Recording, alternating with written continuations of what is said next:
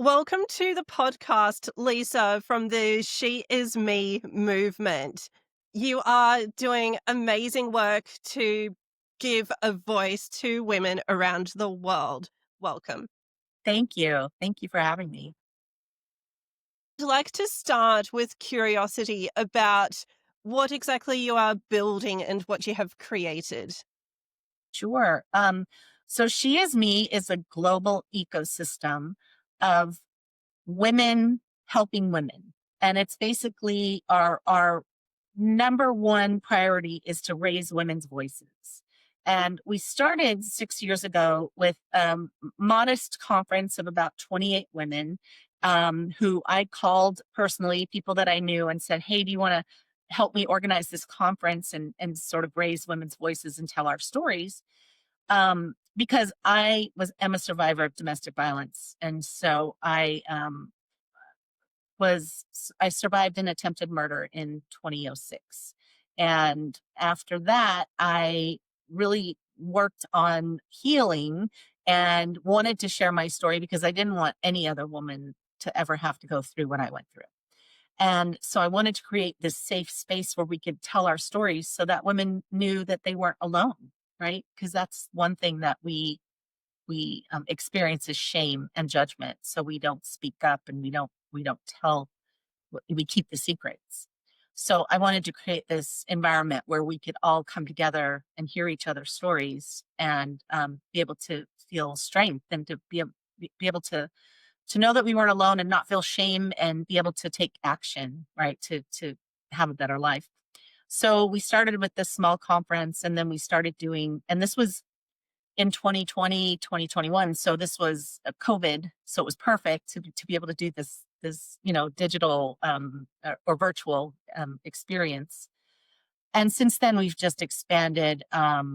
So now that we're trying to use every vehicle that we can to raise women's voices because not every woman is ready to stand up on a stage or even in front of a camera. So we have a magazine, we publish anthologies, books for women to tell their stories. We have stages, we have virtual events.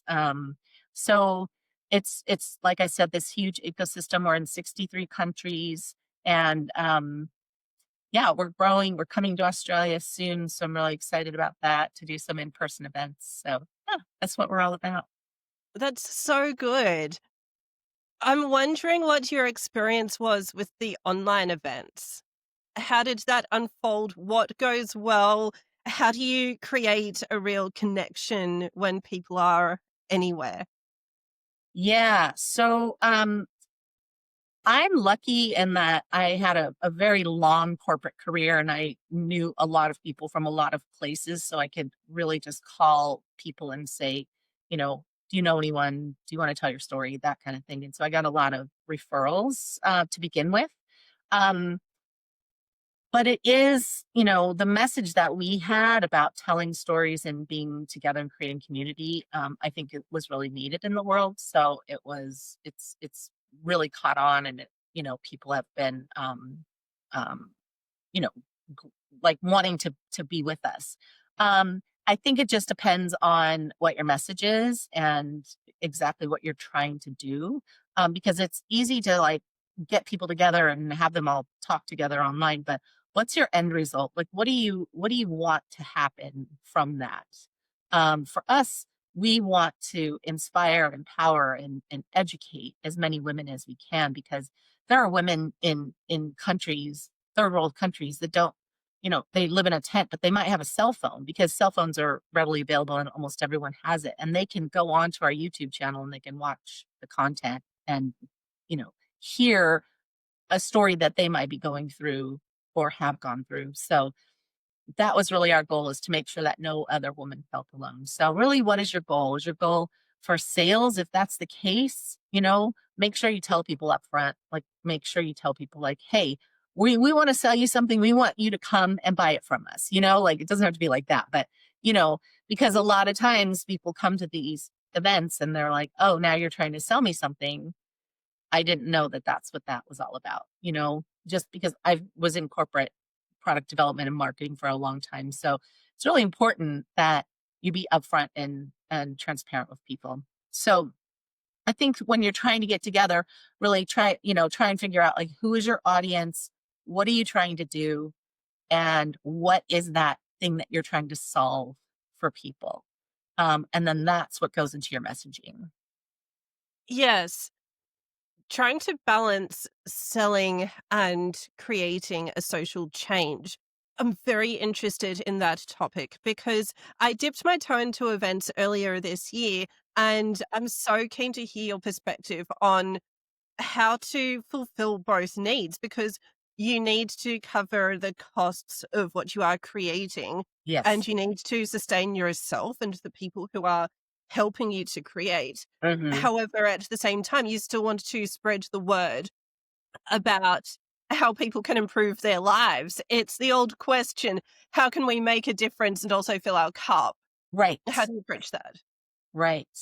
Um, well, for a long time, filling my cup meant just the satisfaction of having a successful event. It really wasn't well, and still the conference is not a money making event other than sponsorships with that just go back into grants for people because we help women get out of financial abuse. So that part of it, but we don't charge speakers, we don't charge attendees. We want everyone to have access. So that's really where we go with our conference.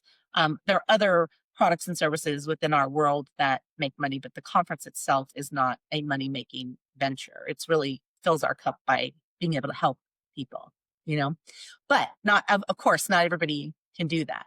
And having started this conference, I had produced thousands of events over my career, both online and in person. So I had the experience and yes. How do you do that? Well, you have to give people value for their money. And you have to, and I just had this conversation with somebody yesterday about an event that we're doing actually in Australia. How do we give them enough value for what they're actually paying for, right? So you have to sort of figure that out. And a lot of it, you can ask people before you plan it, what are you willing to pay? What is a good value? Is this add-on a good thing? Do your research before you just dive into it, or else I guarantee you're going to lose money. Um, but you also have to weigh out, like, do you want a lot of people there? And is, $49 a good amount because most people can afford that, and then you get more people? Or, do you want people who aren't time wasters and who aren't going to show up to be there and get something out of it? So there are a lot of factors that go into this. And it really just depends on what it is you're presenting. Is it something that needs to be a special event, one time thing, or, can you create an evergreen course? So there are a lot of things to consider. But I'm happy to talk to you about whatever it is that you're considering. Not during this podcast, but Sure. outside of the podcast. I'm really happy to talk to you about that. Yeah. Oh, for sure. And I hope that anyone can learn from these lessons as well, because as much as I love events, I really believe that in any local area, more people can create their events because whatever I'm doing, I'm not going to be everywhere. I'll be online and I'll be in whichever places I'll be in, but also everybody has a different angle and you are giving a voice to women. I've been looking at the whole broad spectrum of looking after yourself. And Yes. I feel passionate about serving both genders and not only women, but I know that you're focusing on recovering from serious situations and I can relate to that so much because I've seen all sorts of lived experience to know that we need those safe spaces. So where I'm going with that is that so many people have a different angle. Some people are passionate about fitness, whatever it might be. And I think that there's space everywhere for so many more gatherings. There So I think, absolutely is. Yeah, there absolutely is. It's not just because somebody's doing a conference, you can't do it. Um, everyone has, there's enough for everyone. So I just want to say that in the first place, there's enough for everyone. The other thing, just, try not to think about competition, because we're really, if I do an event and you have an event, we're not in competition. We're doing separate things. We have different messages, unless you're copying, exactly what we're doing. That's one thing. But typically, there are a lot of women's groups out there. Believe me, because I follow all of them and they follow me, and we all learn from each other. But everyone has a little bit something different. We are not necessarily just for women of, survivors, but women who, like you said it perfectly, who need a safe space, right? Um, and that could be, and anytime you want to talk about something that's sensitive, you want to feel safe. You want to be able to feel safe when you voice it. Um, but definitely, if you're thinking about creating an event and you're thinking about doing it, I would say 100% do it, because one thing that has been very prevalent in our society, especially since COVID, is that we've isolated more and more and more. There are days when I don't leave my desk because I'm just in meetings all day, and I go to the grocery store and I'm talking to everybody and I'm so happy, and everyone's like, "Who's that weird lady over there?" Because she's just chatting with everyone. Because I just am so happy to see people. Um, but but I think we need more and more community. We need more and more women to come together. We need to be able to touch each other, like, when's the last time you hugged a friend, like, just really be out there and collaborating. We talked about that earlier. Like, let's collaborate on things. Let's get together. Let's do more and more things when we come together, because when we come together, we're so powerful. And and we've gotten into this mindset that we have to do it all by ourselves, and we have to do it alone, and it's not good enough if we don't do it by ourselves, like, and that's not the case. Like, we need partners, we need collaborators, we need to co-create things, so Yeah.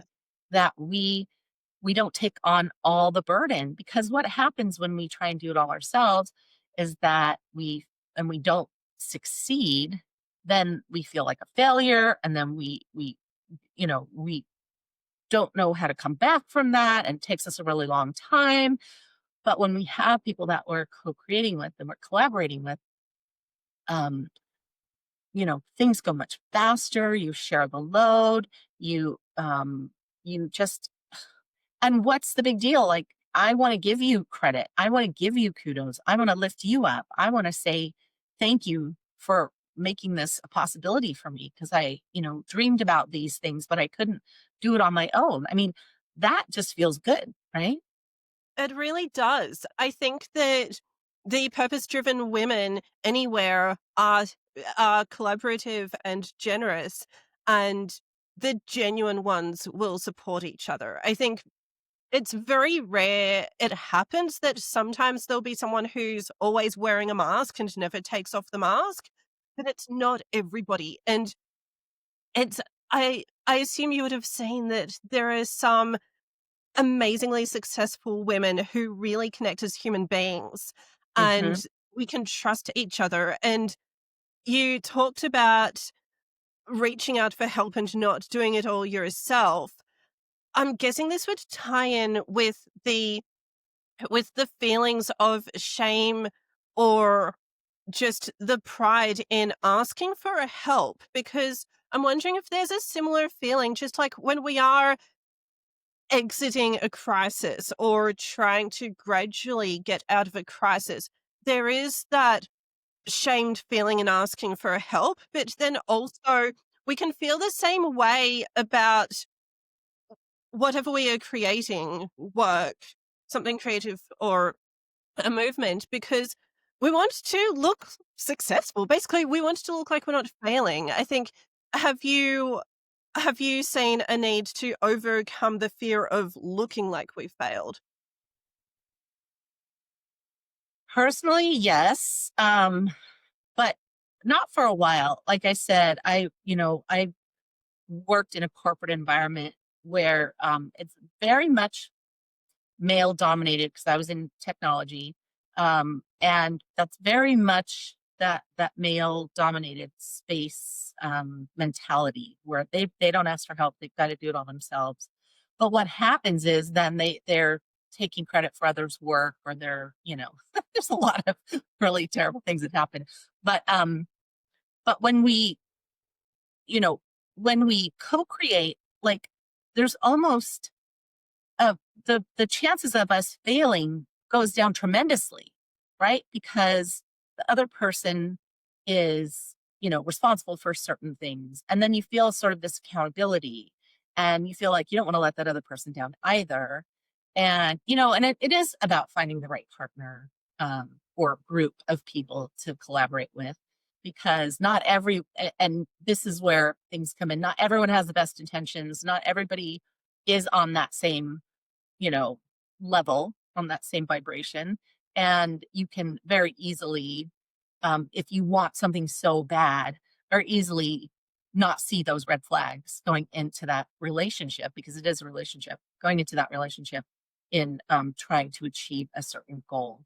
But more often than not, especially self-made women CEOs and women founders who are out there, are, I think, more happy to help or co-create something because they've been doing what you're doing. They're struggling, and they're, you know, as much, let me just tell you this, as much as you see advertisements out there on Facebook and Instagram and everything about, I made millions and millions of dollars doing this. I guarantee you, if they were making millions of dollars doing it, you wouldn't see their ad every other time you scroll on the thing, right? It's a machine, and they're not, I don't think that that is always the truth, just because that's a Right. hustle mentality, and hustle mentality is not the ease of having millions of dollars. So if you've got millions of dollars, you're not creating reel after reel after reel after reel after reel and out there, you know, it's Mm. just, that's just my opinion. In having, been in business for a really long time, and um, we don't want to keep doing that. That is not our way, right? We want ease. We want peace. We want freedom. And what does freedom mean? Freedom means time. Freedom means being able to take time, if you have kids, to be with your kids, take time to travel, take time to sit and watch TV if you want. Like, that's freedom, instead of constantly go, go, go, go, go, go, go. Don't have a minute to yourself. Don't, you're super mom, or, super CEO. Like, it, that's not what we're trying to achieve. The Right. new leaders of the world that I work with, that's not what we're trying to achieve. We're trying to achieve a life where we are working with other women, we are creating new systems, and we are creating this ease and freedom in our lives that bring us joy, right? Um, because the other way just doesn't work. All of the systems and processes that are in place right now, we have been struggling for so many years to try and fit into those, and they weren't built for us. Um, they weren't built for us, and we're just there like running on a treadmill, and we're never getting anywhere. And you hear women, especially in the corporate world, talk about, glass ceilings or glass staircases, and, crack the glass ceiling. Like, I don't want to bang my head on a glass ceiling. You know what I mean? I don't want any of that. I want to be in charge of my life, be in charge of my business, to help others, and to be happy. And I think about my business 24/7. I think about it when I'm going to sleep. I think about it when I wake up. How can I make a bigger impact? It's not about how much money can I make, it's how can I make a bigger impact, because I want women to be able to support themselves. I want women to be able to have that life of ease, and to take care of each other, to take care of their kids, and not have to worry about how they're going to pay for daycare if they get a divorce. Like, why should we have to worry about that? Yeah. Yes. And that. that's the negotiation between we're not saying don't have money, you're saying have money, but it's not the end goal. It's not, And yeah, the more money is not the end goal. A comfortable, easy life is the end goal, right? yeah, So our programs, just a little plug here, our programs teach you how to have that life without killing yourself and still be able to be at home with your kids. I mean, we thought about this long and hard. Like, what were the things that we didn't have as we were coming up? My kids are grown. My kids are 32 and 29. My kids are out of the house, but I didn't have that. I didn't have mentors. I didn't have opportunity to work at a have my own business and be able to have people mentor me and support me and show me how to have a life that I could stay home with my kids and still make enough money to pay my bills and go on vacation. Like, we were like, how can we create that? How can we yes, create that without that MLM, you know, bring in people gosh, and I yeah, know. we all have done that. In fact, I started my entrepreneurial career in Mary Kay Cosmetics because I wanted to have like a side hustle and I knew the opportunity was there if I just got out there and did it, and I did for quite a while and I made really, really good money. But Wow, I could never bring people onto my team. I hated selling that part of it. And I yes. think there are a lot of people that do as well. Um, and I never wanted to be that. I never wanted to say, you can't, you can't make more money or you can't better your career in this organization unless you bring people onto your team. Like, no. Wow. So Yeah. the only way you can progress is by bringing people in. Yeah. I mean, how many so you can make money. What you do is you go to people's houses and you have like makeup parties, right? And so you have people put on the makeup and you try the skincare and do all this other stuff. And then they buy their products from you.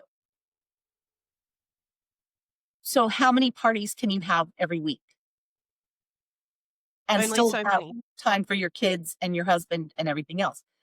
One or two or three maybe, but, is your husband gonna let you be out of the house every 3 nights a week? I mean, and I said let you because most husbands would be like, "No, you need to be home with kids. I'm not," Wow. That's alarming in itself. right? So if you could, even let's say you aren't married, and how many times a week can you get a babysitter to watch your kids so that you could go out and do something. It doesn't matter if it's Mary Kay or Pampered Chef or, any of those things, right? So you're limited in how many times you can do those things. So that's how much money you can make every time. So say you make $500 every time you go out and you do a party like this. So, but if you have 10 people that work for you, under you on your team, you're getting a percentage of everything that they sell. And you're not doing anything other than you brought them on the team, right? And you're mentoring them or whatever. And then, but think about the people who are upline from you. They have now, if you've brought 10, they probably had 10 of you. Now they have 100, and then they have, up the line, and they're making money on every single one of those people. So the more people you get, then you move up to the next level. And then if they bring on people, that they just keep pushing you up and up and up, right? And that's what you really want. You want that pink Cadillac. You want that director level income because you can make So millions of dollars on do you all think those people I'm below. wondering I'm wondering, is it really just dangling a carrot when whatever someone does, even if there are however many people below this person, they are still just a part within someone else's machine? Yes. Yes. And so that was something that we said we don't want anything to do like that. Like, no, we don't want you to have to sit like bring people into the organization for you to reach that financial goal that you want because there's no way you could have enough parties to make $1 million. No, No. not those sorts of parties. I mean, you can create a great event independent from those places. And This ties in. I was going to say earlier, you talked about the glass ceiling, and people talk about having a seat at the table, but whether it's an MLM or, oh, I'm seeing such a nod, whether it's an MLM or politics or corporate, when you have seen the table, I hope you can relate. I have seen a few tables that didn't look so appetizing. So we say this all the time. We don't want a seat at your table. We are Yes, building our own tables. yes, absolutely. We're building our And own tables. We don't need a seat at your table. We saw the look of your table and we don't like your table. We don't the want to be. table is flimsy. Honestly, the table is made like IKEA, and they don't want to admit it. So we're over here, we're building our own tables and everyone's welcome, but we're not going over there to your tables because sometimes there's mean girls at your tables and we don't want to be with the mean girls. We want to be over here. We like those structures and processes and everything that are in place right now that I talked about earlier. And I'm talking about politics and corporate and all the stuff, Yes. all the machines that are there now that are quote unquote normal that we aspire to get into because we're taught to do that, right? What we're working on with women all around the world is creating our own systems, which in fact are our own tables, right? Like, how do we create our own banking, our own mortgage, our own lending, our own female funders? How do we, because right now, like women in, like, if you want to start your own company and you want to go and get funding, 80% of all funding goes to men, 80%. So how do we then create a lending and funding and philanthropy and stuff like that around women-owned businesses? Urgent question. Why? Why is that percentage not going to women? Why is it so high? Because traditionally, up until 30 years ago, really men held all the money, right? Men controlled all the money. So Um, and it wasn't until very, very recently that it was acceptable for a woman to be an entrepreneur, for a woman to start her own business, other than in a controlled system like, an MLM, right? Then you could, yeah, then it's okay because it's cute. It's a little side hustle, right? It's cute. Like, oh yeah, my wife sells Mary Kay on the side. Wow. I'm having the biggest light bulb moment because I very recently someone was saying to me, "You're doing great. You have a podcast." And I mean, the podcast has became amazing in a couple of months, but there was this sort of cuteness about it. And I, for so long, grew up with, "Oh, so sweet, you're a volunteer, hon." And I think that in so many spaces, I'm lighting up so much with what you were saying because the cuteness of the side hustle. I'm keen to know what you think about the I'll make sure I don't quote someone's brand necessarily, but the girl boss image. I always just felt like a person, not a cute chick. And I'm very, very concerned that some of us are sort of shrugged off as adorable. And I'm realizing you understand that. Yes.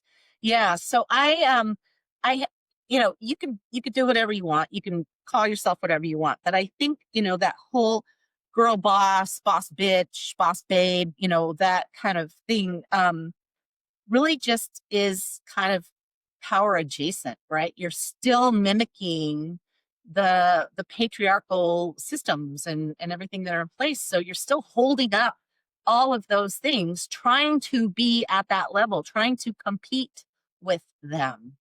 And even the messaging and the the Toughness? the toughness, the the the messaging like the lack or the fear based that kind of stuff is very much similar to what we see all the time.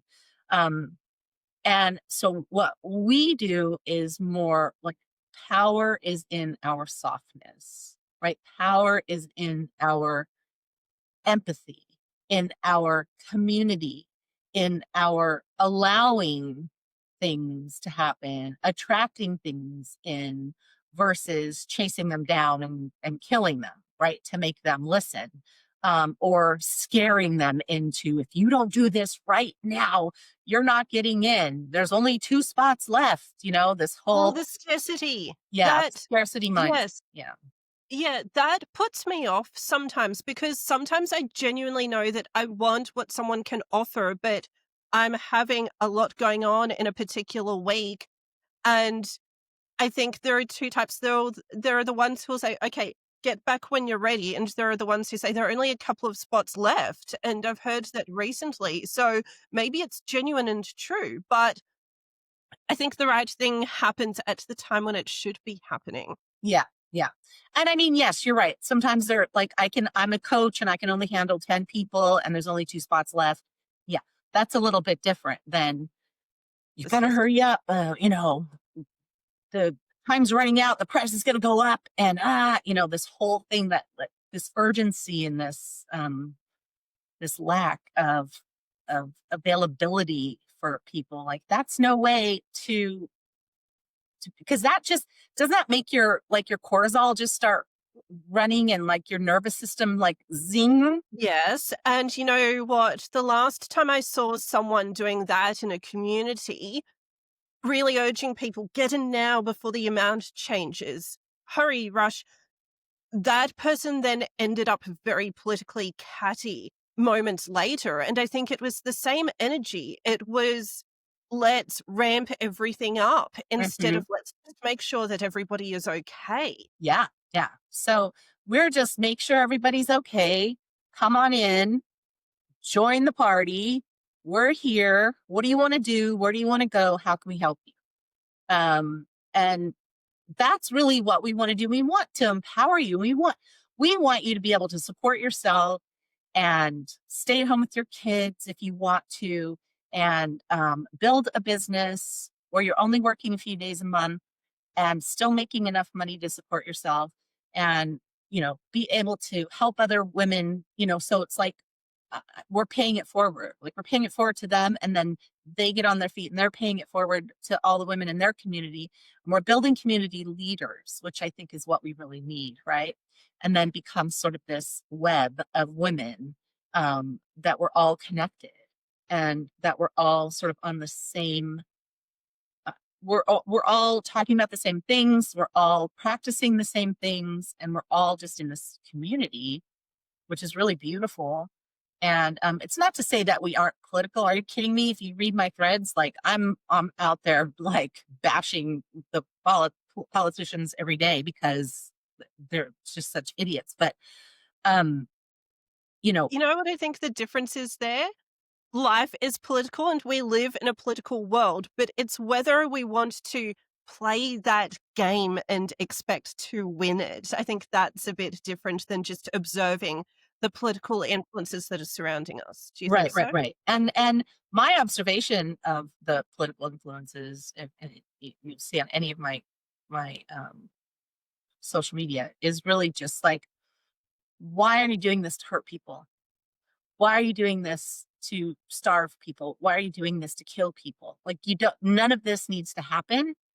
Um, and none of this ridiculous needs to happen. Like you should be helping people. Like the world is bad enough.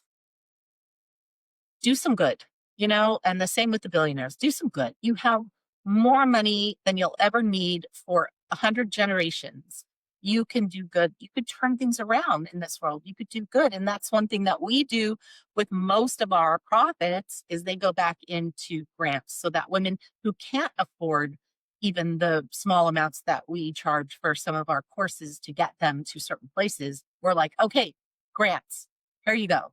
We're going to take you in. We've got enough to get you on your feet and get you going. And because we wish we had that. We wish we had Yes. when we were coming up and needed help. And there was nothing like that. So we're like, how can we create something like that we could have used that other women could need? And that's what we're always thinking, like, okay, You don't want to stand up in front of a microphone, you don't, but you really want to tell your story and you love writing. Okay, let's start publishing books. Let's start publishing a magazine so people can show off their art, or write an article, or have their face on the cover if that's what they want. If they're, have a big launch coming out or something, like just things that we could do to uplift as much as possible. Yes, and the grants, I love that concept, and I applaud what you are doing so much because it's still valuing what you are providing.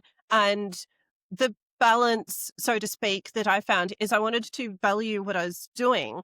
But if someone is in need, I disagree with the thought leaders on YouTube who'll say never discount. Because if someone is really in need and has the potential and is willing to grow, then there are ways to, whether it's a grant or something like that, there's a way to sort of help out someone to get access to something that's valued that much. Yes. But so you're helping to give access to great value without devaluing what you are doing. And that is so crucial because I think that using business to help people, it actually makes sense. And the other thing that I love about your grants is one thing I want more alternatives to is wherever I look at the moment, it seems like the main solutions when people are in desperate need,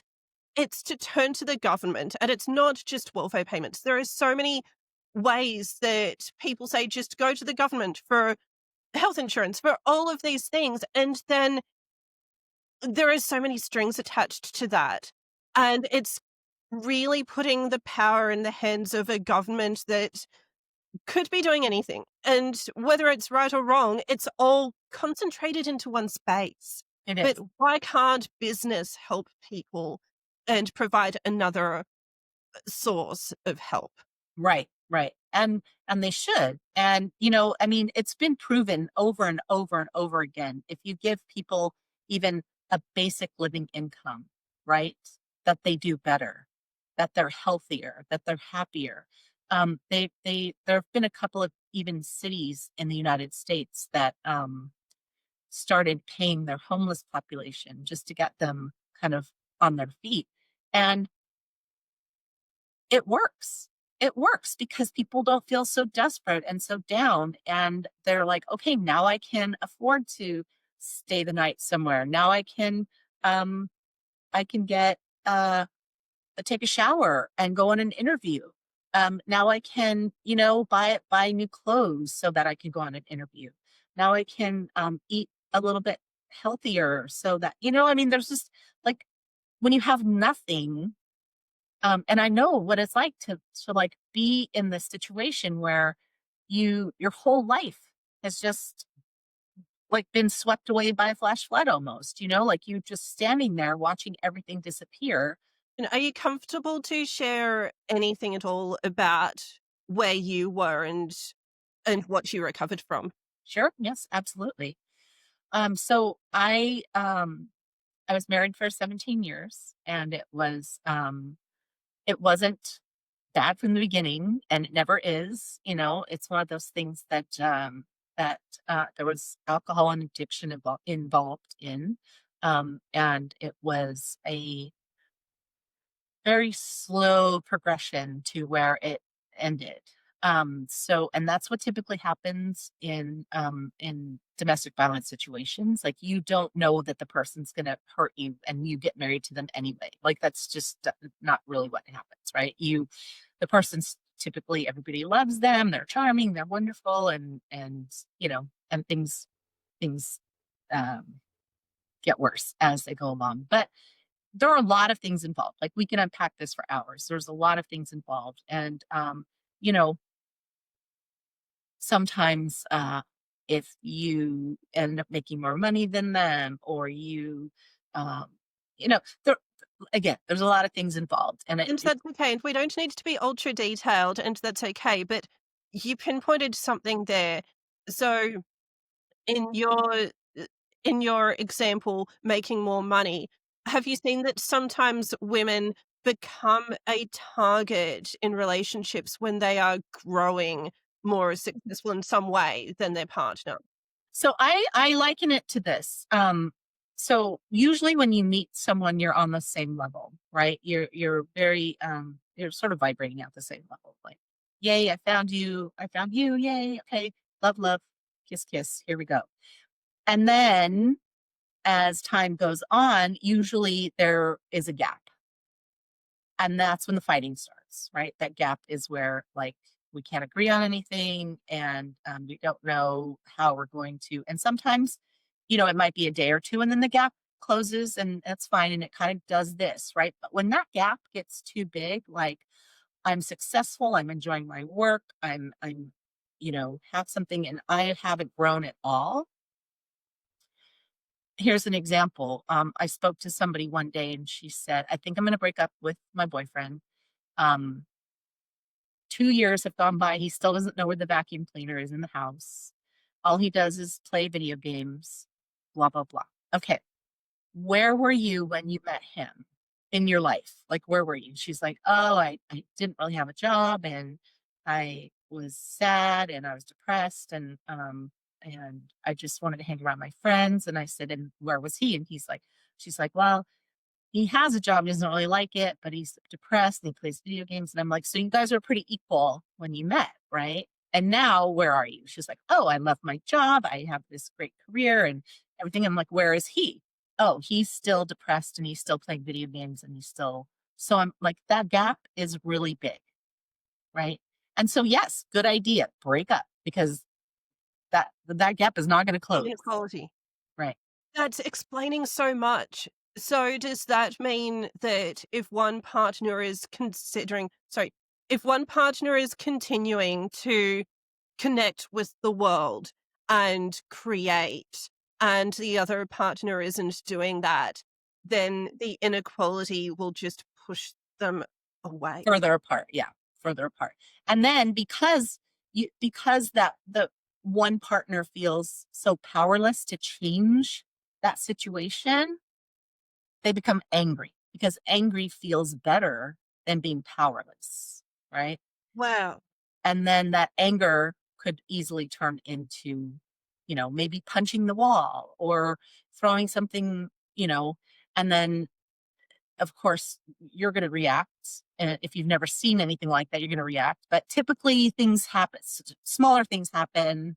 It could be ignoring you or, withdrawing attention or calling you names or something before the violent, it escalates. But the farther and farther that gap grows, the more powerless that person below is going to feel, right? Um, Go ahead. In your experience of hearing so many stories, what do you say is the next step and series of steps generally for anyone to break free? Planning, because, I think it's something like 85% of women are killed by an intimate partner when they try to leave. So it's very important that you plan and that if anything has happened or you are fearful of this person, that you tell someone, that you talk to someone, that you have a plan, that you've saved your own money somehow, somewhere. Because sometimes with our old ideas and traditions that we grow up with, um, you know, grow up, get married, have kids, combine your bank accounts, all of that stuff. I'm going to tell anyone who's listening right now, if you haven't been married yet, do not do that. Do not combine your bank accounts. Keep your own bank account, split the bills, do whatever you need to do, but do not combine your money because you will not be able to touch it if you need to leave. Especially if he thinks you're going to leave, he's going to take it and put it somewhere. Like he's going to control it. And if he's getting more mad at you about things, and feeling more powerless, then what does he have power over? He has power over the money. He has power over your car. He has power over, things. So I would say plan, put money away, plan where you're going to go, Make sure you have, someone who will you can sleep on their couch or whatever it is if you need to get out, because you can't just leave and go and rent an apartment. Like it doesn't happen that way. And especially if you have kids or animals, make sure you find a place where you can take them. Believe it or not, a lot of women don't leave because they can't take their animals to shelters, family shelters. You can take your kids, but you can't take your dog. And so they don't want to leave the dog. They don't want to leave their animals at the house. So we actually have a partner that runs animal shelters that will keep your animal until you're safe, and then you can come and get your That's actually an opportunity for those who are into animal welfare is set up more animal refuge right. spaces for situations like that. It will Mhm. happen even here in Australia, Yeah, especially even with the rental market. A lot of rentals won't accept pets. So find anyone or any space where the pet can go at least temporarily. right, right. So back to my story. So, that gap got really big, and I decided I was going to leave because the violent talk and the actions were sort of escalating, and it was like, okay. And we had bought a house like 6 months before, just thinking that'll make things better. And like, let's just buy the house and everything. Anyway, I had I there was a big incident, and it was really scary, and I said I wanted a divorce. And 2 weeks later, he decided that he was not going to divorce me, that he was going to kill me. And so, it ended up I was thrown through a window, I was stabbed, my fingers were broken, my earrings were ripped out of my ears. Like, there were like, he tried to hurt me for hours, like me trying to run around the Gosh, house to get out of the house, and I finally escaped, and, he was arrested, and, but another 10 minutes, I would have been a goner because he had the knife in his hand and he'd already gotten me once. So it was just a matter of time, because I was getting tired.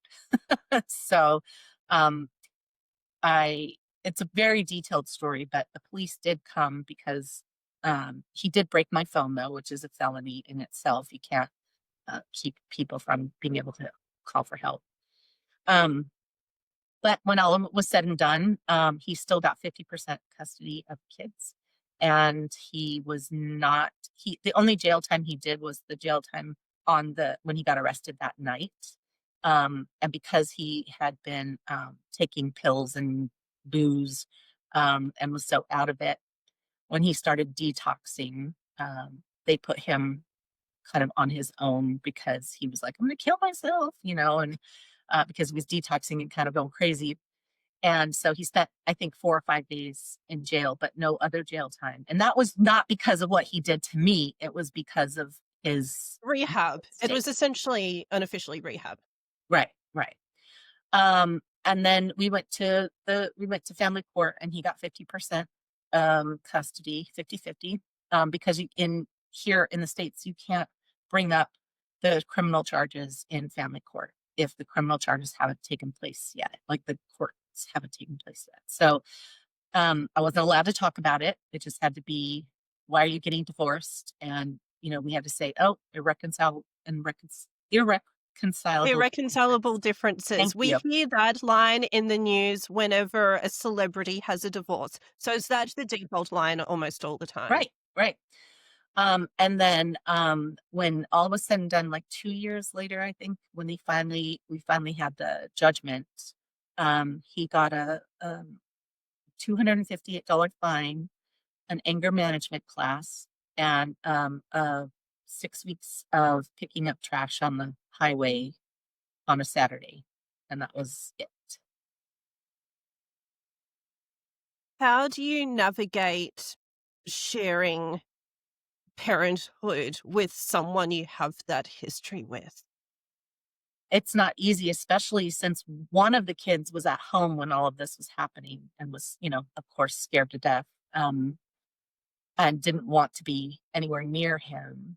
But, he would be on his best behavior and uh, try and, I think it scared him. being in jail for those 5 days, but he never honored the restraining order. He still came over to the house whenever he felt like it.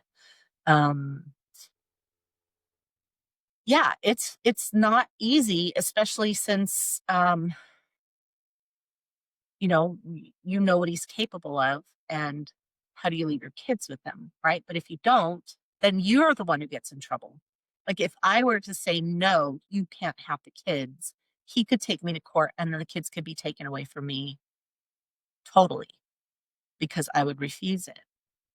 So you kind of have to be like, okay, if he gets mad, if anything happens, call me, I'll come and get you and I'll bring the police. Like, it's just but the trauma that the kids have to go through is so unacceptable, that the courts don't even consider that. They're just like making sure that that perpetrator has his rights and has more rights than the victims. Um, so it's a broken system. So how do we then, as women, how do we change those systems? We have more women go into law. We have more women go into advocacy. We have more women become legislators. We have more women infiltrate those systems so that we can change them. Yes, and we need more women to soften and have a compassionate approach to leadership, because there are some women working in the legal system or anywhere else where they feel the pressure to be tough like the guys around them, but we need an alternative approach to the toughness as well. Right. Right. And so it's funny because I just had this conversation today with somebody about the fact that um, uh, violence and the cruelty seems to be the norm now, right? Like, how cruel can we be and how violent can we be? And violence doesn't always mean hitting, violence is starving people, that's violence. Um, how can we n- create a world in which we have community and we have rehabilitation, but not only that, but we have that soft approach with our children when we're raising them, right? And we're not teaching our boys to grow up and be cruel and entitled and take what they want because they think it's theirs. And you know what I mean? Like there are things that we need to change from that, from the beginning, Yes. but also um, that you can be soft and you can be a leader and you can be powerful in that, by caring about people and by creating these systems and communities where we do care about our people. We care that you feel powerless. We care that you feel like your things are out of your control. But let's change that. Let's figure out how to make you feel empowered and how to make you feel like you can get what you want, but it doesn't have to be this because you're not entitled to this, right? Yes, yes. I I feel very curious about also what anyone should do if they're in a situation where the other parent is simply very controlling and trying to control every aspect of things. Yeah, usually by the time you realize that that person's trying to control everything, that's the biggest red flag because you've pretty much given up your power, right? If that person's trying to control everything and you don't have control over anything. And I remember the exact moment that I gave up my power in my relationship. Um, and it hit me like a ton of bricks, months after this event happened, and thinking like, how did we get here? How did we get this to be this bad? And then just sort of going over our relationship because you think you're going to be married forever and that's what you've been sold, and so you think that's it. And I remember thinking, "Oh my gosh, that was the moment." And it was like a light bulb going on. That was the exact moment that I gave my power away. And from that point forward, I was, walking on eggshells, and I was quiet, and I shrank myself to fit, and I made sure that he was always happy, but he was never happy because that's a control thing, right? If they can make you as miserable as possible, that he's controlling that situation. And so, for instance, he loves steak and mashed potatoes, and you make steak and mashed potatoes for him, and you put it on the table, and it's perfect. It's absolutely perfect. And he's like, "This steak is terrible. These mashed potatoes are terrible. I hate it." Throws the food across the thing, and you're like, "Okay, now I've Throws got." the food? Yeah, now I've got to do something else. Like, now I don't know what to do. Now I don't know how else to be perfect because I've tried so hard to be so perfect and make him happy, but he's never happy. And he's doing that because it scares the shit out of you. And when you're scared, you're controllable.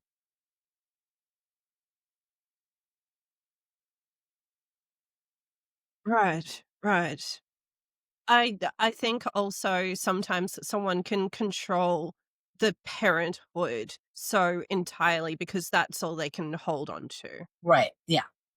Yeah. And it's not always the man in the relationship. Sometimes it's the woman as well. But yeah, controlling that parenthood and what you do and how you do it, and uh your opinions don't matter. Your way of raising the kids doesn't matter. It's my way or no way, Yeah. Yeah, yeah. But I wanted to really circle back to a positive, and Yes. I was normally capping these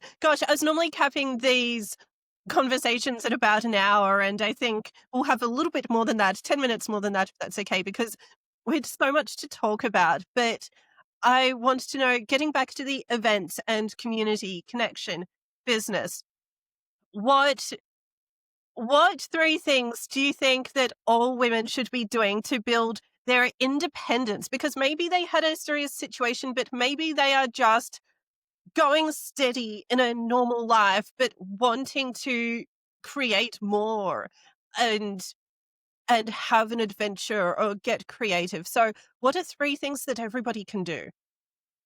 Three things that you can do. I would say stop spending so much on things that don't matter. You know, um, Starbucks and that kind of like make your coffee at home, you know. You'll save $100 a week. I'm not kidding. Like those kinds of things, you're just feeding the machines. So stop spending is my first thing because you would be so happy to see your bank account at the end of the month when you stop spending on frivolous things. Uh, Creating, you said creating. Um, One of the things you can do to feel that freedom that you really want to feel so badly in your life is to create.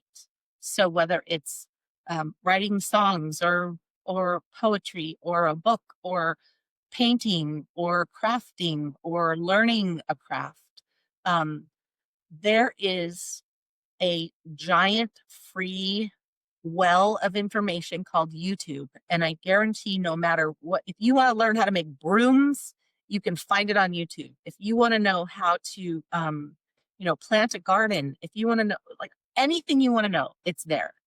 Find it. Somebody has made it and put it out there for free. There's so many great creators out there.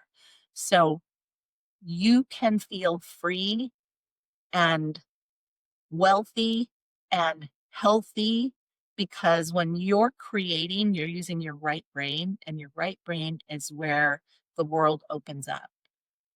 Your left brain is your logical brain, and the left brain is what tells you you should be doing, you could be doing, you know, keeping you that it's like that little devil on your shoulder, right? But that right brain is that opens you up to the cosmos. So creation is sometimes the same as meditating because you are just in the zone, So it's good for your health as well.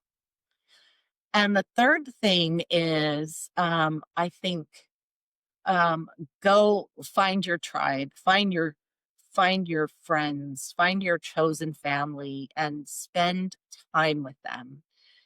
And do not put energy into people that will not give you the same amount of energy back. It's about reciprocity. That's the only way that community works is that reciprocity. So if you're the one always calling the friend, if you're the one always suggesting that you go out, if you're the one always coming to the rescue and they don't pick up their phone when you call, maybe that person shouldn't be in your circle. You know what I mean? Like, because you need support too. If you're giving support, you need support. So find those people, and there are lots of ways to do it. There are even, I know in Australia there are places you can like go and find a hiking club or a painting club or something like that. Go to a paint and sip class or something. You're going to meet people, and just get out and do it because you need that human connection. We need it for our nervous systems, for our overall health.